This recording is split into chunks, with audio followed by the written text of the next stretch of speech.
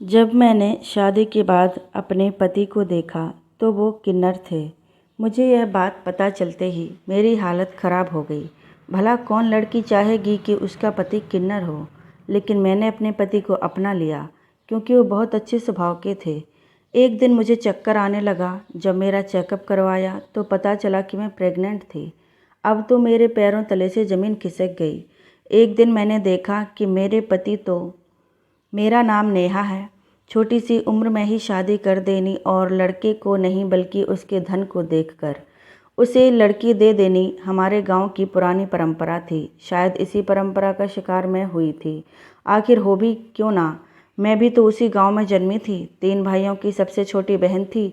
जब मेरी उम्र 16 साल की हो गई तो लाजमी था कि अब मेरे ज़्यादा दिन इस घर में नहीं हैं। घर वालों ने मेरे लिए रिश्ता देखना शुरू कर दिया। एक रिश्ता मिला था जिसमें लड़के की उम्र मुझसे दोगुनी थी। उसके पास ज़मीन जायदाद होने की वजह से घर वालों को वह मेरे लिए ठीक लगा। जब मुझे ये बात पता चली तो शायद मुझसे ज़्यादा दुखी और कोई ना हुआ होगा, क्योंकि कौन भला ऐसे रिश्ते से खुश हो सकती हैं। ये सिर्फ मेरे साथ ही नहीं बल्कि गांव की सभी लड़कियों के साथ होता था। लेकिन मेरी किस्मत ने साथ दिया और वह रिश्ता होने से पहले ही टूट गया, क्योंकि उन्होंने काफ़ी धन की मांग की थी, लेकिन मेरे माता पिता की हैसियत नहीं थी, जिसकी वजह से ये रिश्ता नहीं हो पाया। खैर अच्छा ही हुआ, मैं खुश हुई। ऐसे ही दिन निकलते गए। अब मेरे लिए एक और रिश्ता आ गया। घर वाले जिक्र कर रहे थे कि लड़का हमारी नेहा की उम्र का ही है और एक अच्छी कंपनी में नौकरी करता है। मैं हैरान थी कि ये मेरी अच्छी किस्मत थी या फिर कोई जादू हो गया, क्योंकि मैंने आज तक पूरे गांव में किसी को भी नहीं देखा कि यहाँ की लड़की को उसकी उम्र का हमसफ़र मिला हो। हर लड़की का दूल्हा अक्सर उसकी उम्र से दोगुना होता था। खैर मैं तो खुश थी कि मुझे इन सब का शिकार नहीं होना पड़ा। मेरा रिश्ता तय हो गया और मेरे होने वाले दूल्हे का नाम दिनेश था। घर वाले कह रहे थे कि दिनेश ने दहेज लेने से मना कर दिया है। शायद मैं पहली बार देख रही थी कि ऐसी सोच भी किसी की होती है। अब तो मेरी खुशी का ठिकाना नहीं रहा। अब मुझे लग रहा था कि मुझे इस गांव के सभी घटिया रिवाजों से छुटकारा मिल जाएगा, क्योंकि जो लड़का दहेज के लिए मना कर रहा है उसकी सोच कितनी अच्छी होगी। अब मैं दिनेश के साथ अपनी ज़िंदगी के ख्वाब बुनने लगी थी। खैर दिन निकलते समय नहीं लगा और मेरी और दिनेश की शादी हो गई। दिनेश मुझे अपनी दुल्हन बना के अपने घर ले गया। मुझे अपनी विदाई के समय जरा भी दुख नहीं हुआ, क्योंकि आज तक जो मैंने इस गांव में झेला था वो बहुत रोंगटे खड़े करने वाला था। इन लोगों की छोटी सोच का शिकार सभी लड़कियां होती थीं, लेकिन मैं दुनिया की पहली लड़की थी जो अपने गांव, अपने परिवार से दूर होकर खुश थी। खैर मेरे ससुराल में बड़ी ही धूमधाम से स्वागत किया गया। दिनेश के घर में उनकी माँ के सिवा कोई नहीं था। दिनेश के पिताजी उनके बचपन में ही गुजर चुके थे। खैर सुहाग रात का समय आया और मुझे एक सजे कमरे में भेज दिया गया। थोड़ी ही देर बाद दिनेश कमरे में आए। उसके बाद मुझे जो पता चला उसके बाद तो मेरे होश ही उड़ गए। मुझे पता चला कि दिनेश एक किन्नर थे। मैं मानो खुद को संभाल नहीं पाई। मेरी आंखों में अब आंसू थे। ये सब क्या हो गया था? अगर दिनेश किन्नर थे तो उन्होंने शादी ही क्यों की? आखिर उनका क्या मकसद था मेरी ज़िंदगी ख़राब करने का? अब मेरी आंखों के सामने पिछली वो सारी बातें आ रही थीं। दिनेश का यूं दहेज ना लेना और ऐसी सोच के पीछे उनका ये रूप छुपा था, उसका मैं अंदाज़ा भी नहीं लगा पाई। अभी मुझे समझ आ चुका था कि दिनेश ने इतना अच्छा होने का नाटक क्यों किया। मैं जो उम्मीद और अरमान लेकर अपने ससुराल आई थी उन सब पर पानी फिर चुका था। मेरा चेहरा पूरा लाल पड़ गया था। मुझे तो मानो दिनेश से नफरत सी हो गई थी। मेरे चेहरे पर दुख साफ दिखाई दे रहा था। आखिर एक किन्नर पति पाकर कौन लड़की खुश होगी? मुझे तो अपनी सास पर बहुत गुस्सा आ रहा था कि वो भी एक औरत हैं और एक औरत होकर वो दूसरी औरत का घर बर्बाद कैसे कर सकती हैं। अपने बेटे की पूरी सच्चाई जानते हुए भी उन्होंने उसकी शादी करवा दी और मेरे घर वालों को इस धोखे में रखा। अब दिनेश की सारी सच्चाई जानने के बाद मैं उनके साथ कैसे रह सकती थी? आखिर रहती भी किस उम्मीद से? एक किन्नर के साथ ज़िंदगी कैसे गुजार सकती थी मैं अपना सामान डालने लगी, तभी मेरी नज़र दिनेश पर पड़ी, जो सोफे पर अपने उतरे हुए चेहरे के साथ बैठे थे। उनकी आंखों में आंसू थे और वो मेरी तरफ इस कदर देख रहे थे मानो उन्हें मुझसे कोई उम्मीद है। जैसे तैसे दिनेश ने हिम्मत करके मुझसे कहा कि नेहा, इसमें मेरी कोई गलती नहीं है, तुम मत जाओ। उनकी ये बातें जैसे मेरा कलेजा चीर गई थी। उनके ये 2 शब्द मेरे कानों में बार बार दौड़ रहे थे। मैं दिनेश को वाकई कोई जवाब नहीं दे पाई और चुपचाप कमरे से बाहर आ गई। घर के बाहर गार्डन में जाकर मैं रोने लगी। मैं और खुद की किस्मत को कोसने लगी कि आखिर किन कर्मों का फल मेरी किस्मत में लिख दिया। मैं चाह कर भी दिनेश के वो शब्द भुला नहीं पा रही थी। दिनेश का रोकना मुझे अंदर से झकझोर रहा था। ये रात मेरे लिए सबसे खराब थी, क्योंकि जिस रात एक पत्नी अपने पति के साथ होती है, वही रात मैं अकेली रोते हुए गुजार रही थी। खैर, पूरी रात मैंने अपने रोने में गुजार दी और सुबह होने से पहले कमरे में आ गई, क्योंकि मैं किसी के भी मन में शंका नहीं डालना चाहती थी। जैसे ही कमरे में आकर देखा तो दिनेश भी मेरी तरह गुमसुम बैठे थे। मुझसे अब और बर्दाश्त नहीं हुआ। मैंने मन में इस चीज़ को स्वीकार कर लिया और इसमें दिनेश का कोई दोष नहीं है। जैसे ही मैंने खुद को दिनेश की जगह रखा तो मुझे सब समझ में आ गया। मैंने दिनेश के हाथ थाम लिए और उनके गले लग गई। दिनेश को शायद विश्वास नहीं हो रहा था, लेकिन ये सच था। अब तो दिनेश की खुशी का ठिकाना नहीं था। शायद वो अपने जीवन में पहली बार इतना खुश हुए थे। अब मैंने इसे अपनी किस्मत समझकर स्वीकार कर लिया और दिनेश को स्वीकार करते हुए अपने जीवन की शुरुआत की। दूसरे दिन घर की सभी रस्मों को पूरा करते हुए एक बहू की तरह अपनी जिम्मेदारी निभाने लगी। मेरी सास को शायद कुछ अचंभा हो रहा था। वो मेरी तरफ बार बार देखे जा रही थी। मुझे पता चल चुका था कि इनके मन में क्या चल रहा है। वो इसी बात में डूबी थीं कि मुझे दिनेश की सच्चाई जानकर कोई फ़र्क क्यों नहीं पड़ा, और अगर फ़र्क पड़ा है तो इस कदर इस घर में कैसे रुकी हुई हूँ। लेकिन मैंने कुछ भी बताना ज़रूरी नहीं समझा, क्योंकि उनके प्रति मेरे मन में अभी भी नफ़रत थी। उन्हें शादी से पहले सब कुछ बताना चाहिए था, लेकिन उन्होंने कुछ नहीं बताया। खैर, ऐसे ही दिन निकलते गए। दिनेश का स्वभाव और विचार मुझे मजबूर कर रहे थे कि मैं उनकी तरफ खींची चली जाऊं। दिनेश दिन रात मेरी देखभाल करते, मेरे कुछ बोलने से पहले ही मेरी हर बात पूरी कर देते थे। फिल्में दिखाना, बाहर डिनर करवाना, किसी भी चीज़ की कोई कमी नहीं होने देना। मानो दिनेश की पूरी दुनिया मैं बन चुकी थी। मुझे भी बहुत अच्छा लगता था दिनेश का यूँ मेरी केयर करना। अब तो एक दिन बैठे बैठे मुझे अपनी सोच पर बहुत ही पछतावा हो रहा था, क्योंकि शादी की पहली रात जो मैंने दिनेश के साथ व्यवहार किया था, वह सोच सोच कर मेरी आंखों में आंसू आ रहे थे कि इतना अच्छा इंसान, इतने खुले विचारों वाला, सिर्फ उसकी एक कमजोरी की वजह से मैंने उसे छोड़ने का फैसला किया और ना जाने उसे क्या क्या बोल दिया। लेकिन फिर मैंने सोचा कि एक बार के लिए किसे नहीं होता, लेकिन उसके बाद मैंने दिनेश को अपना भी तो लिया था। खैर, ऐसे ही दिन निकलते गए। अब तो दिनेश का मुझे बाहर ले जाना, अपने दोस्तों से मिलवाना, जैसे मेरी हर ज़रूरत को पूरा करते थे। मुझे कभी भी एहसास नहीं होने दिया कि मैं अपने मायके में नहीं हूँ, ससुराल में हूँ। वहीं दिनेश की माँ भी मेरा खूब ख्याल रखती थीं। उन्हें देखकर कभी नहीं लगता कि वे मेरी सास हैं। उनका इस तरह प्यार और अपनापन देखकर मैं उनकी गलती भी भूल चुकी थी, जो उन्होंने शादी से पहले ये बात छुपाकर की थी। लेकिन अब तो मैं अपने परिवार के साथ बिल्कुल खुश थी। मैंने और दिनेश ने फैसला किया कि हम लोग अपनी ज़िंदगी की एक और नई शुरुआत करेंगे, और वह नई शुरुआत थी एक बच्चा गोद लेने की। अनाथ आश्रम में जाकर एक बच्चा गोद लेंगे और उसे ही अपनी संतान मानकर पूरी दुनिया में उसको अपना नाम देंगे और उसकी देखभाल करते हुए एक अच्छा इंसान बनाएंगे। अब तो दिनेश के चेहरे पर भी मुस्कान आ चुकी थी, क्योंकि वह भी मेरे साथ खुद को एक आम इंसान ही मानने लगा था। हम दोनों एक दूसरे के लिए एक परफेक्ट हस्बैंड वाइफ बन चुके थे। मेरी गलतियों को नज़रअंदाज करते हुए प्यार से समझाना और मेरे साथ अपनी सारी बातें शेयर करना मानो दिनेश की आदत बन चुकी थी, और मेरे लिए भी अब दिनेश का साथ बहुत ज़रूरी हो चुका था। मैंने अपनी सारी बातें दिनेश को बताना शुरू कर दी और दिनेश मेरी हर प्रॉब्लम का हल निकालते। यूं ही हंसते खेलते हमारी ज़िंदगी गुजर रही थी। एक दिन मैं किचन में काम कर रही थी, तभी दिनेश घर पर आते हैं। तभी दिनेश आज ऑफिस से जल्दी घर आ चुके थे। मैंने दिनेश से पूछा कि आज इतनी जल्दी कैसे आ गए। तभी दिनेश ने कहा कि मुझे काम के सिलसिले में दिल्ली जाना है और वहाँ पर मुझे 2 से 3 दिन लग जाएंगे। इतने में मेरी सास भी कमरे से बाहर आ गई और वह भी दिनेश से जल्दी आने का कारण पूछने लगी। तभी दिनेश ने कहा कि मुझे दिल्ली जाना है 2-3 दिन के लिए, क्या तुम दोनों अकेले मैनेज कर पाओगी? तभी मैंने कहा, हाँ दिनेश, क्यों नहीं कर पाएंगे, और वैसे भी काम के सिलसिले में तो इधर उधर जाना ही रहता है, और वैसे भी हमारा आस पड़ोस इतना अच्छा है कि कभी भी ज़रूरत पड़ने पर बहुत काम आते हैं। तभी मैंने दिनेश का बैग पैक किया और दिनेश ने दिल्ली जाने की तैयारी शुरू कर दी। खैर ऐसे ही 2 से 3 दिन निकल गए। दिनेश आज वापस आ चुके थे। थकान के मारे दिनेश जल्दी ही सो गए। हमारी ज़्यादा कोई बात ना हो पाई और मैं भी जल्दी ही सो गई।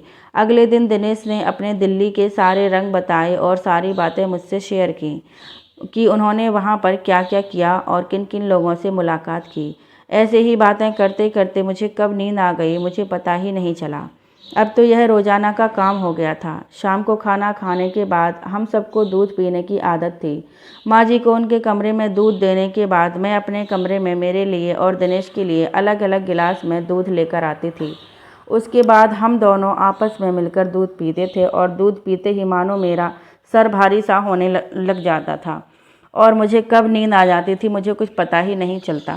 कुछ दिनों तक तो मैंने इसे बिल्कुल भी गहराई से नहीं लिया। मुझे लगा कि थकान के मारे मुझे जल्दी नींद आ जाती है और वैसे भी पूरा दिन घर का काम और दिन में भी मैं नहीं सो पाती हूँ तो रात को मुझे जल्दी नींद आ जाती है। लेकिन मुझे मन ही मन खुद पर थोड़ा अजीब भी लग रहा था कि दिनेश बेचारा पूरा दिन ऑफिस में काम करते हैं और रात को मेरे साथ दिल की 4 बातें करने के लिए बैठते हैं और मैं जल्दी सो जाती हूँ। पता नहीं दिनेश को कैसा लगता होगा। फिर एक दिन मैंने दिनेश से कहा कि दिनेश मुझे पता नहीं क्या हो गया है, मुझे दूध पीते ही नींद आने लग जाती है। शायद दिन भर के काम की थकान होती है, लेकिन आप इसे गलत मत समझना। तभी दिनेश हंसने लगे और कहा कि पगली मैं कहाँ गलत समझ रहा हूँ। मुझे पता है पूरा दिन काम करते करते तुम थक जाती हो और रात को थोड़ी देर आराम फरमाती हो और तुम्हें कब नींद आ जाती है पता ही नहीं चलता। तभी हम दोनों थोड़ी ही देर ऐसी बातें करते रहे। फिर दिनेश ऑफिस के लिए निकल गए। लेकिन कुछ दिनों से मैं एक चीज़ बहुत ही गहराई से सोच रही थी कि रात को ऐसे जल्दी सो जाना और सुबह जब उठती तो मेरे शरीर में भी थोड़ी बहुत हलचल हुई होती, मानो किसी ने मुझको छुआ हो और सर भी मेरा पूरी तरह भारी होता था, मानो मैंने कल रात को बहुत ज़्यादा शराब पी ली हो। लेकिन फिर खुद पर ही हंस लेती कि भला ऐसा कैसे हो सकता है। पता नहीं मेरे मन में क्या क्या ख्याल आ जाते हैं। खैर मैं इन सब बातों को ध्यान में न रखते हुए काम में लग गई। अब ऐसे ही चलता रहा। मैंने इस बात पर गौर ही नहीं किया। एक दिन मैं घर का काम कर रही थी, तभी मुझे चक्कर आना शुरू हो गए और मैं सोफे पर बैठ गई। पता नहीं मुझे किस कारण चक्कर आ रहे थे। कहीं मेरे शरीर में किसी तरह की कमजोरी तो नहीं हो गई है। खैर मैं अपने ही विचारों को बुने जा रही थी, तभी मैंने उठकर दवाई ली और वापस से काम में लग गई। लेकिन मेरी हालत में कोई सुधार नहीं आया, मानो मेरे तो चक्कर आने बढ़ ही रहे थे और साथ ही साथ मुझे उल्टियाँ भी आनी शुरू हो गई थीं। मैंने मेरी सास से कहा कि माँ जी शायद मुझे बुखार आ जाएगा, जिसकी वजह से मेरी तबीयत कुछ ठीक सी नहीं लग रही है। तभी माँ ने कहा बेटा तुम अपने कमरे में जाओ और आराम कर लो, बाकी का बचा हुआ काम मैं कर लेती हूँ। लेकिन मैंने माँ से मना कर दिया कि नहीं, मैं थोड़ी देर आराम करने के बाद वापस आकर यह काम निपटा लूँगी, आप मत करना। तभी मैं अपने कमरे में चली गई और आराम करने लगी। एक आध घंटा आराम करने के बाद जब मैं वापस बेड से उठकर नीचे आई तो मुझे कोई आराम ना मिला।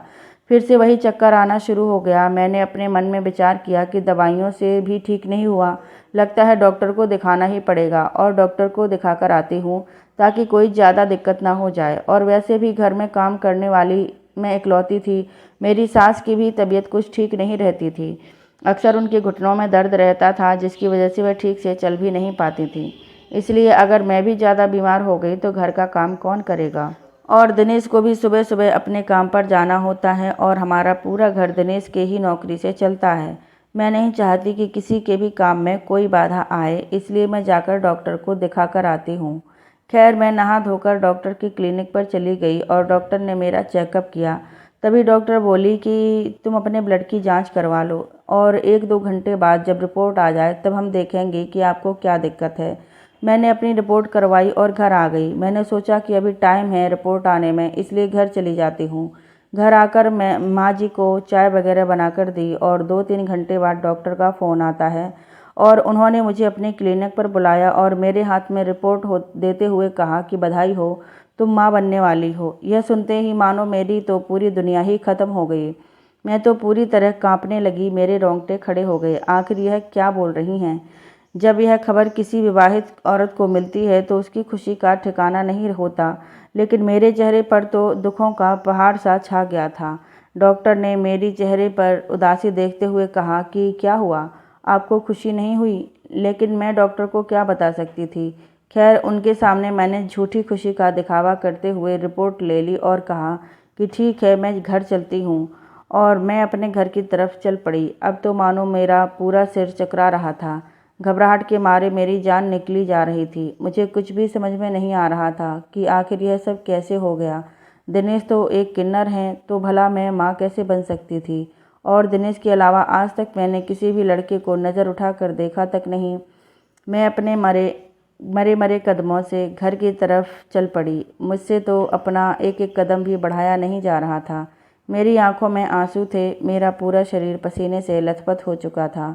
मेरे मन में बार बार यही ख्याल आ रहे थे कि पता नहीं परिवार वाले क्या सोचेंगे, और सबको पता है कि दिनेश क्या है, और सबको यह खबर मिलेगी कि मैं गर्भवती हूँ, तो पता नहीं वो लोग मेरे बारे में क्या सोचेंगे, पता नहीं मुझे क्या बोलेंगे, और मुझे चरित्रहीन साबित होने में ज़्यादा दिन नहीं लगेंगे। खैर, सब लोगों के मन में जो भी हो, मुझे मुझे मेरे लिए विश्वास था। सब लोग मुझे इतना जो प्यार करते थे, मेरी हर बात को मानते थे, वह सब मुझसे छीनने वाला था, मेरी बिना गलती के ही। लेकिन आखिर मैं यह सब किससे कहती।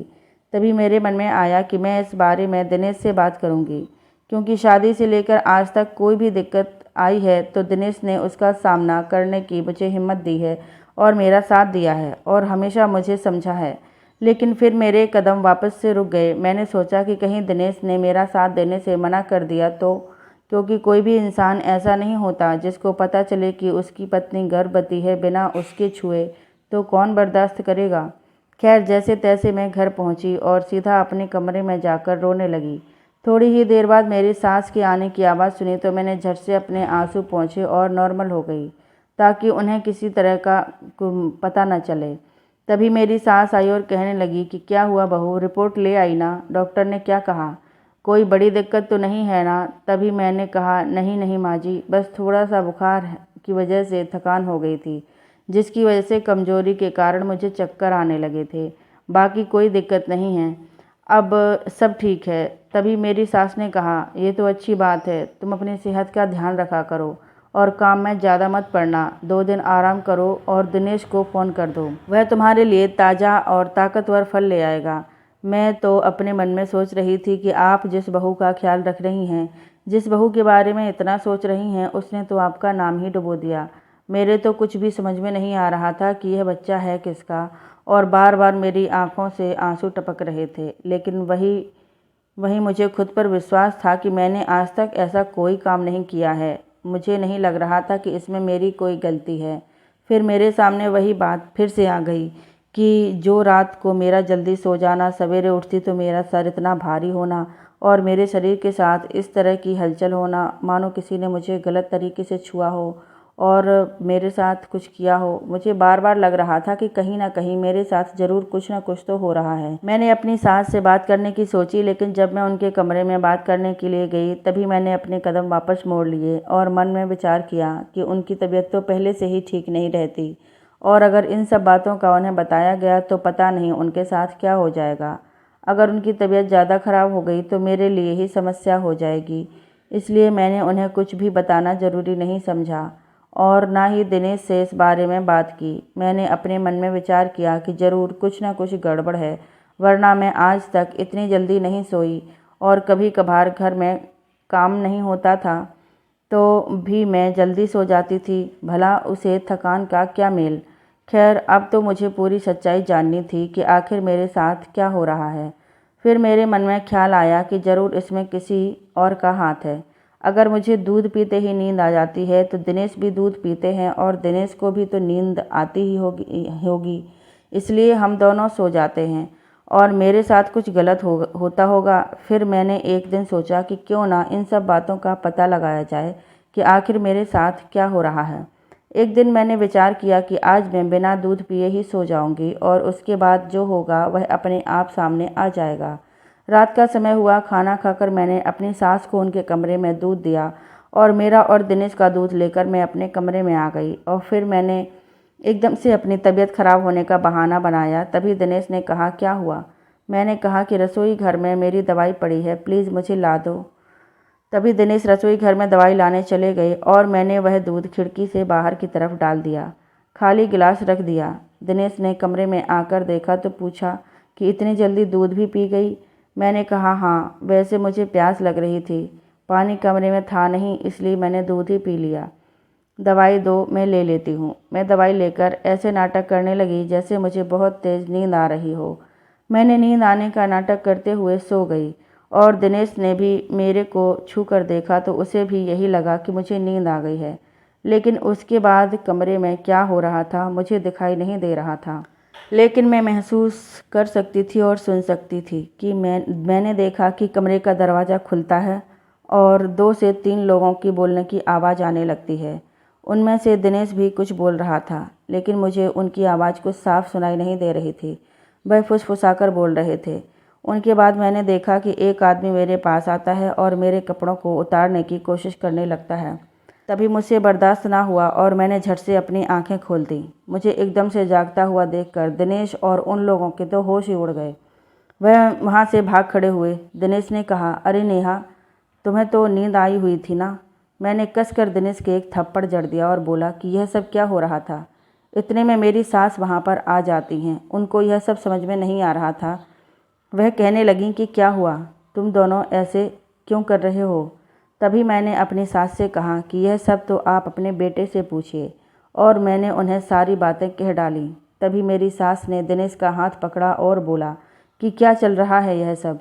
तभी दिनेश की आंखों में आंसू आ जाते हैं और वह मेरे पैरों में गिर जाता है और कहने लगता है कि नेहा, मुझे माफ़ कर दो, मुझसे बहुत बड़ी गलती हो गई।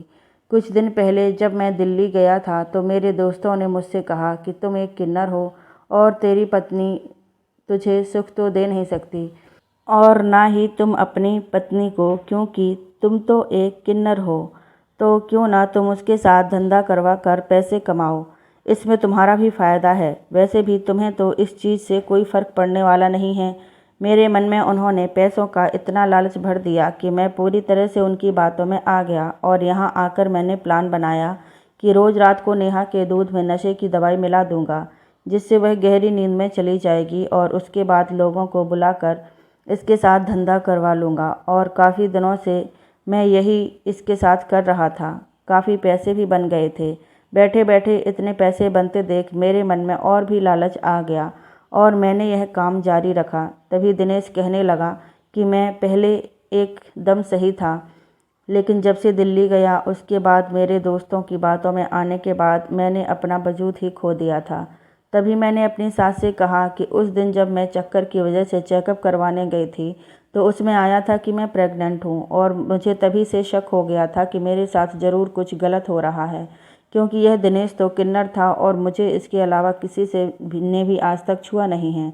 तो मैं प्रेग्नेंट कैसे हो गई। इसलिए मैंने सब बातों का पता लगाने के लिए आज बिना दूध पिए सोने का प्लान बनाया और मेरे सामने सारी सच्चाई आ गई। तभी मेरी सास ने भी दिनेश को एक तमाचा जड़ दिया और कहा कि तुम्हारी शादी नेहा से इसलिए करवाई कि तुम अपने जीवन में अकेले ना रहो और तुम्हें भी जीवन साथी मिले, और तुम एक बच्चा गोद लेकर अपने जीवन को खुशी से जियो, और तुम्हें इस कमजोरी में भी संभालने वाली इतनी अच्छी पत्नी मिल गई जो हमेशा तुम्हारा साथ देती थी, तुम्हारा इतना ख्याल रखती थी। फिर भी तुम्हें रास नहीं आई। मैं कमरे से बाहर आ गई और रोते हुए सोचने लगी कि मैंने जिस पर विश्वास किया, जिसकी कमजोरी को जानते हुए भी उसका साथ दिया, उसी ने चंद पैसों के लिए इतनी घटिया हरकत कर डाली। इतना शरीफ, समझदार और अच्छा दिखने वाला दिनेश इस हद तक जा सकता है, मैंने कभी सोचा नहीं था।